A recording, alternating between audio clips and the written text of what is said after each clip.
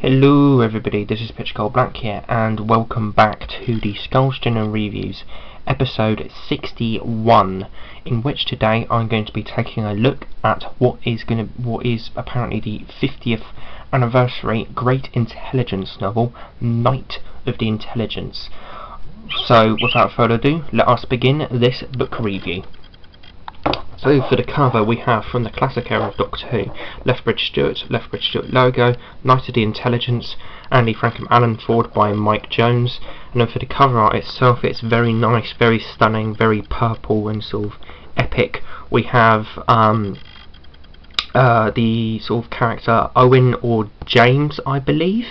It's one of the two. Then there we have Professor Travers, and then there we have Tomney, the Tibetan monk from the Abominable Snowman, the one that was talking to the Doctor in that surviving scene from episode 2 of the Abominable Snowman, where the Doctor plays Twinkle Twinkle Little Star on his recorder.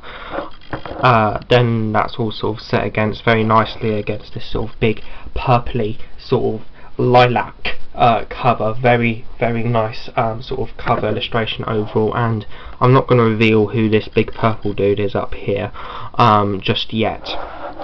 But then for the spine we have the Lethbridge Stewart's logo, Lethbridge Stewart, Night of the Intelligence, Andy Frankham Allen, Candy Jar, with a continuation of that lilac.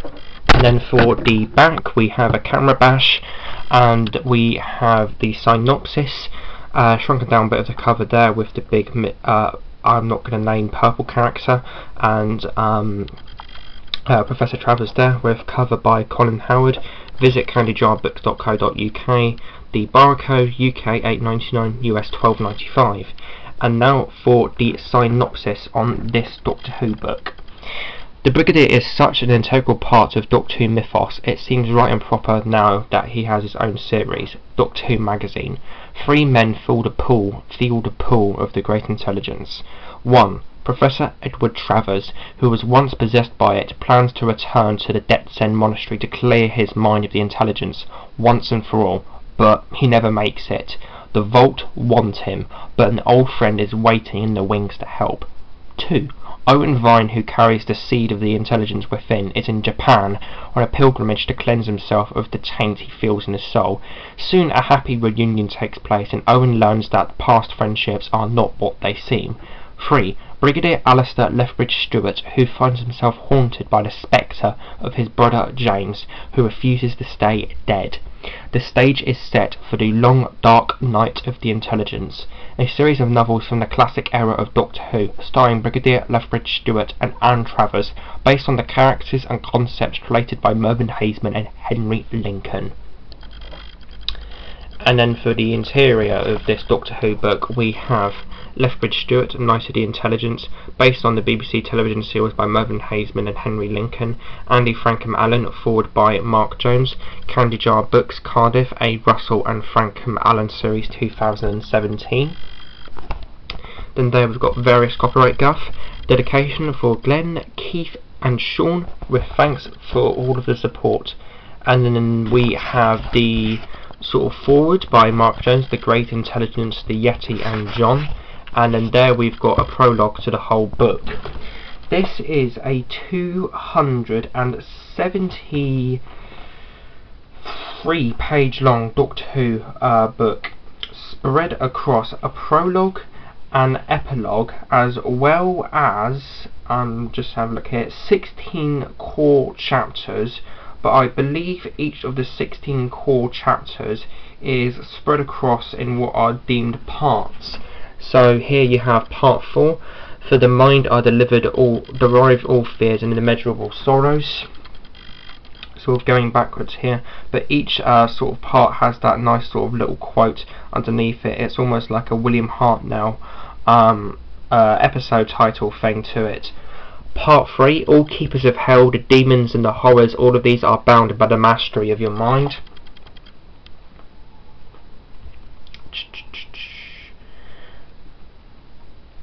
Almost at part 2 now. Part 2, all enemies, all the tigers, lions, elephants, bears and serpents of our emotions. And then part 1, If this elephant of mind is bound on all sides by the cord of mindfulness, all fear disappears and complete happiness comes. Now that sounds all of that sounds like really sort of like religious drivel in a way to some people, but that actually makes a lot more sense. So when you put it in the context of what this book is about, so stay tuned in this review for a sort of explanation as to that. Then there we've got a bit at the end, a common thread. So yeah, there is that.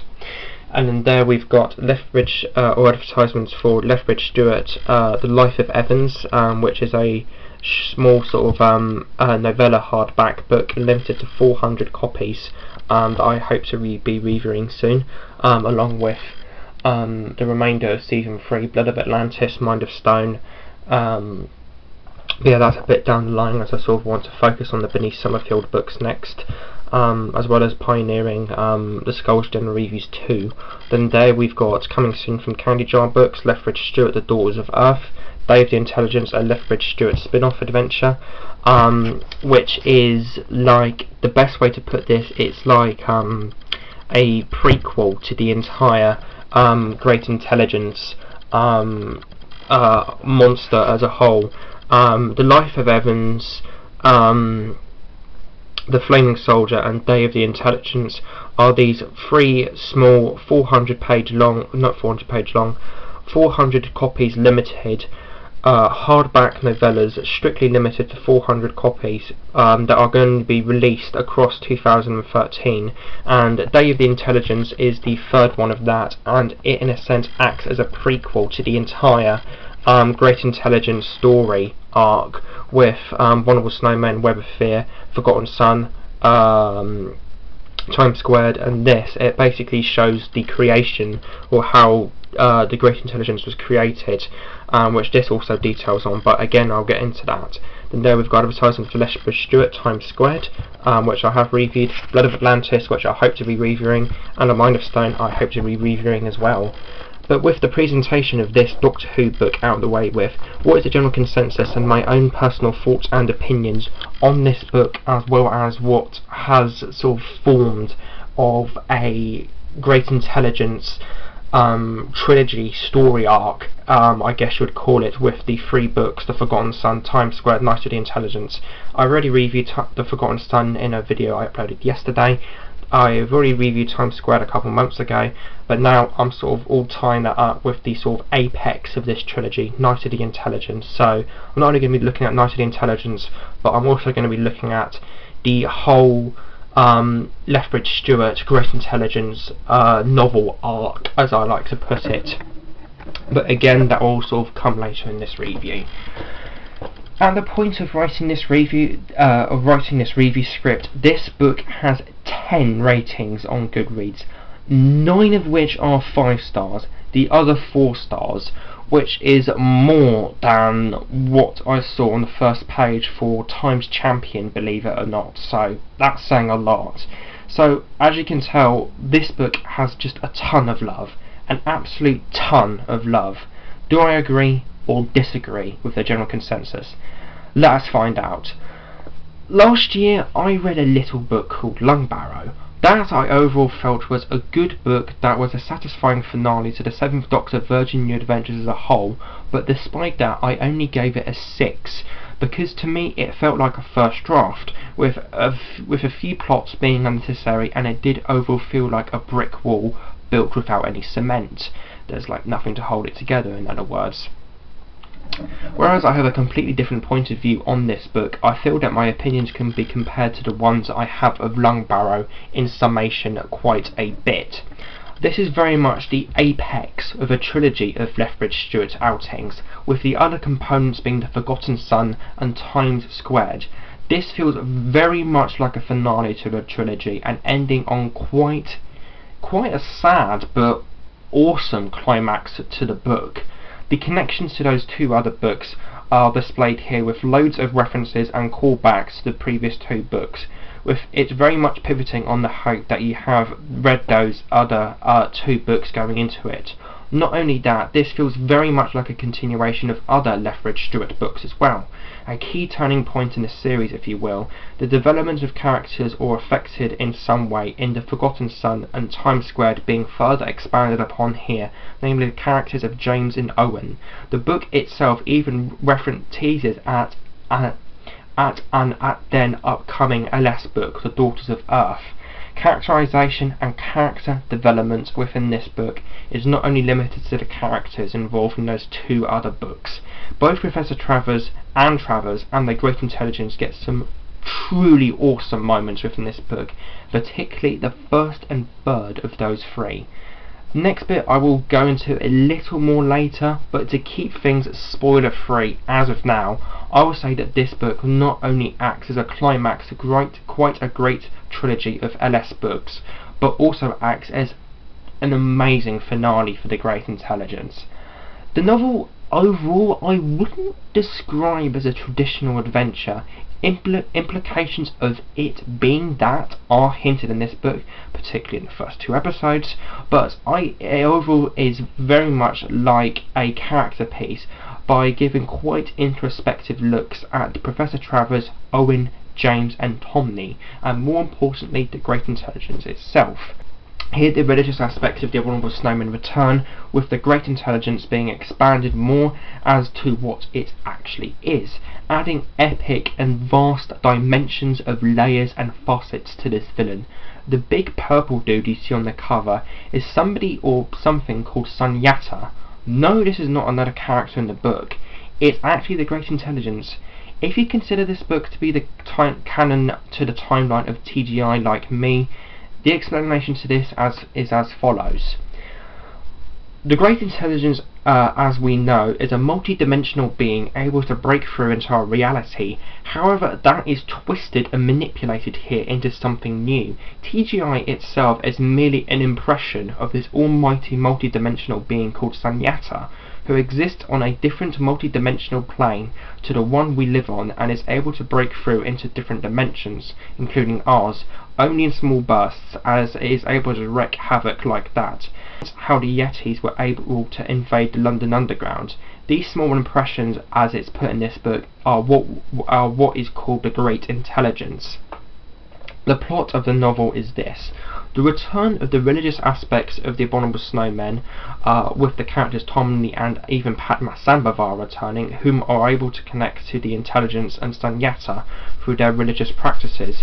That, as well as this massive secret military institute simply titled The Vault, no, it's not the one from Series 10, that has been able to create a gateway using this mechanics of Tomney's and Padmasambhava's religion, and to try and allow Sunyata to break through as an entire entity, not just an impression. We get many great glimpses of the power of Sunyata and talks to how deadly it can be throughout, as it is really built up to be an awesome villain for the novel. And the thing that happens towards the end of the book with Sunyata, I won't say anything, but quite frankly it's fucking terrifying.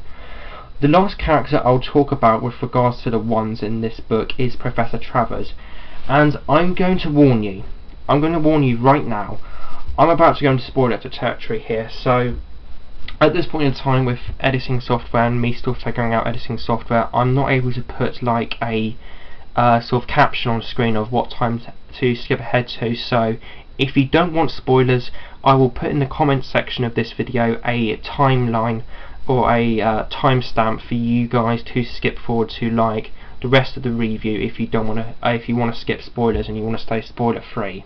But if you want to like hear more about this book, just stick ahead here, because here we go, we're going into spoilers. The book, as I previously mentioned, acts very much as a finale to the entire Great Intelligence villain, and this is how. Get ready for this. The climax of this book is that Professor Travers gets possessed by the Great Intelligence and it becomes trapped in his body. Travers actually dies in the basement of this building with TGI trapped inside him, and it is implied that off-screen, well, page, that the basement gets filled up with concrete in an attempt to trap TGI and stopping it for good. This, to me, just leaves the reader, in my mind, with such a sad and emotional gut punch. This character we've had from the very beginning in The Abominable Snowmen through to this book just dying is near enough heartbreaking. It honestly left me reeling for quite some time after I finished this book. But in terms of the book acting as an end for the Great Intelligence, I feel that this is a suitable and mature way of doing it. Quite the emotional climax indeed. I have praised this book for a tremendous amount of things, and I certainly do think that it ends the Great Intelligence in such an amazing way, but it has its problems. The book itself, as I previously mentioned when going through the presentation of it, is divided into 4 different episodes, or parts as it's put here. The first 2 are merely build-up to the epic finale, giving us a lot of character time, slowly teasing us towards the events of the 3rd and 4th. Quite frankly, these first 2 parts I honestly found very slow and sluggish, unfortunately. To me it just seemed like the book was procrastinating, tickling us with slight implications of what was to come, but torturing us at the same time. Maybe this book is a bit like Spiral Scratch in the sense that I need to read it again to fully get what it was going for, but at this point in time I very much stand by that accusation. After finishing this book, I actually read the author's note that again I showcased during the sort of presentation of this book, that little bit at the end as it's called. I read that bit, and Andy Frankham said that this was going to be the last Great Intelligence novel for quote-unquote quite some time, and quite frankly I don't want there to ever be another one. The novella coming up, Day of the Intelligence, is fine for me, as that acts as a prequel to the entire arc, but The Abominable Snowmen, The Web of Fear, The Forgotten Son, Times Squared and Night of the Intelligence is very much for me the definitive Great Intelligence arc, in my opinion. Other than those 6 stories, not counting the 2 Great Intelligence 11 Doctor stories, as I personally don't consider them canon to the time of the Great Intelligence. Actually, I think I might have been 3, but whatever. I don't think we need any more stories from this villain. So if you're for whatever reason watching this, Andy, please don't do another Great Intelligence book post-Day. You've ended it so definitively here that to me it would just be wrong to have another one to be done. This overall, in my opinion, is quite a difficult to rate, somewhat masterpiece for the Great Intelligence. Parts of me want to give it a 5 because of how sluggish the first half was. Parts of me want to give it a 9 because of how good for the Great Intelligence overall. But overall I think I'm going to give it a 7 out of 10. If I was ever to do a marathon of the Great Intelligence stories again, this would very much be an essential read for me personally. A must if you like the Great Intelligence, but be patient and ready for something quite mind-boggling, emotional and epic. Yes, I only give it a 7 out of 10 overall, and the first 2 episodes are very slow and sluggish in my opinion. Like I said, like Spiral Scratch, it might just need a couple rereads, possibly, but if you were to push past those first 2 episodes like I did, and you get to the 3rd and 4th, you will absolutely love this book for what it does with the Great Intelligence, and I would highly recommend this book if you are a fan of the Great Intelligence. And as I said earlier, this very much acts like a trilogic finale to The Forgotten Son and Times Squared, as there's a lot of plot points and character arcs and arcs in general from those 2 books that get further expanded upon here and sort of finished up in this book. So if you're looking to celebrate the 50th anniversary of the Great Intelligence, don't go into this book reading it standalone. Read The Forgotten Son, Times Squared and Night of the Intelligence in a trilogy, because you will not get Night of the Intelligence. You will appreciate it, you probably will absolutely hate it if you were to go into it without reading The Forgotten Son or Times Squared, because it acts as a very big finale to The Forgotten Son and Times Squared. So overall, this is just a mind-boggling, emotional and epic finale for the Great Intelligence. And Great Intelligence is my favourite Doctor Who villain of all time, and I feel like this is just an utterly incredible way to end it. And as I said, I feel like Day of the Intelligence, Abominable Snowmen, Web of Fear, Forgotten Son, Time Squared and Night of Intelligence is very much the definitive Great Intelligence arc. And I've just got to say one more thing. Well done, Andy Frankham-Allen. Well done for creating such a invigorating expansion upon the Great Intelligence. It really deserves admiration for what Andy Frankham-Allen has sort of or what the Lethbridge Stewart books have done for the Great Intelligence. It's just amazing, with like it getting a upcoming sort of prequel novella to like start up the whole thing, then sort of continuing on from the Web of Fear as a nice bit of fan service, then basically having an epic Web of Fear in New York in a way with Time Squared, and then just ending the entire Great Intelligence arc on just such an emotional, gut-punching and epic novel like Night of the Intelligence. I think that Andy Frankham-Allen and everybody else at Candy Jar Books truly deserve a huge pat on the back for expanding the Great Intelligence and giving it 3 great novels for it.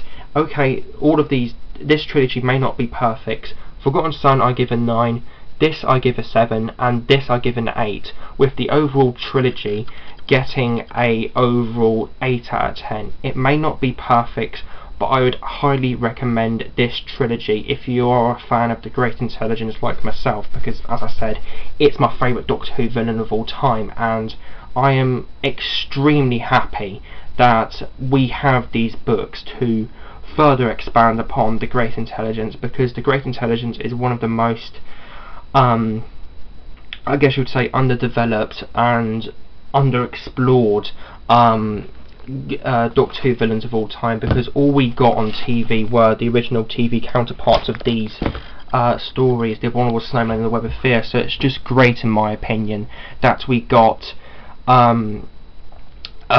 these novels just to further expand upon the Great Intelligence story arc. I am just super happy that Andy Frankham-Allen and Candy Jar Books have done this, and I would just highly recommend this trilogy if you are a fan of the Great Intelligence like myself. As I said, read it in order from The Forgotten Son, Time Squared and Night of the Intelligence. Read this as a trilogy. Don't just go into Night of the Intelligence standalone, because you will not get it in the slightest. Read it in a trilogy, because as I said, there's lots of arcs and plot points and stuff in Night of the Intelligence from these 2 books that gets resolved and sort of wrapped up in Night of the Intelligence here. But yeah, overall, Night of the Intelligence, not a perfect book in any means, but my god, is it a fantastic way of ending the Great Intelligence, if you, as you would have heard from watching the spoiler section of this video. But yeah, overall, Night of the Intelligence, not an amazing book, as I said, 7 out of 10, but it's an absolutely magnificent way of ending the Great Intelligence and ending this fantastic Doctor Who Great Intelligence story arc that Candy Jar Publishing have done with the Lethbridge Stewart books.